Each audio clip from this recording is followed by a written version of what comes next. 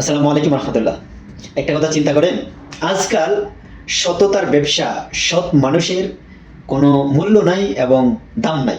কেন বলছি কথাটা দেখেন, নবীন পাঞ্জাবি যিনি মালিক, যিনি ওনার, তিনি তার পোশাক বলে সে তো চুরি করে এনে আপনাদেরকে মানে পাঞ্জাবি দিচ্ছে না, সে ব্যবসা করে। ব্যবসা আল্লাহ রাসূল বলেছেন, আল্লাহ রাসূলও নিজেও ব্যবসা করেছেন, ব্যবসা হালাল। ব্যবসা যদি সীমাবদ্ধতার মধ্যে লাভ করে তাহলে ওই ব্যবসাকে আল্লাহ তাআলা অনেক বরকতময় করে দেন। তাহলে উনি একটা পাঞ্জাবি 260-70 টাকা পড়ে, ঠিক আছে, 260-70 টাকা পড়ে সে 330 টাকা করে বেছে, তাদের সমস্যা কোথায়? তার লাভ আছে বলে বিক্রি করতেছে। এখন আপনাদের এত চুলকানি কেন? আপনাদের পাশে দোকানদার যারা, তাদের এত চুলকানি কেন? তাদের কথা হচ্ছে না এক একটা পাঞ্জাবি 1500 থেকে 2000-3000 টাকা করে বিক্রি করতে হবে। এত সমস্যা কোথায় আপনাদের? আপনাদের পারলে, আপনাদের পোষাইলে, আপনারা তাদের থেকে নিয়ে যদি আপনারা লাভ করতে পারেন তাহলে আপনারা বিক্রি করেন। প্রয়োজনে উইদাউট কোনো জায়গা থেকে এনে আপনারা বিক্রি করেন কম দামে, আপনাদের পোষাইলে। আপনাদের তো দরকার আছে মার্কেটিং করার, তাইলে আপনারা একজনের পিছিয়ে ভেবে লেগে আছেন কেন?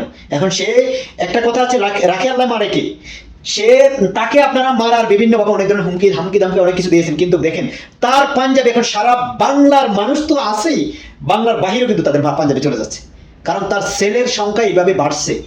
আপনারা এটা মানে ভাবতেও পারেন যে এমন একটা পর্যায়ে পৌঁছে যাচ্ছে।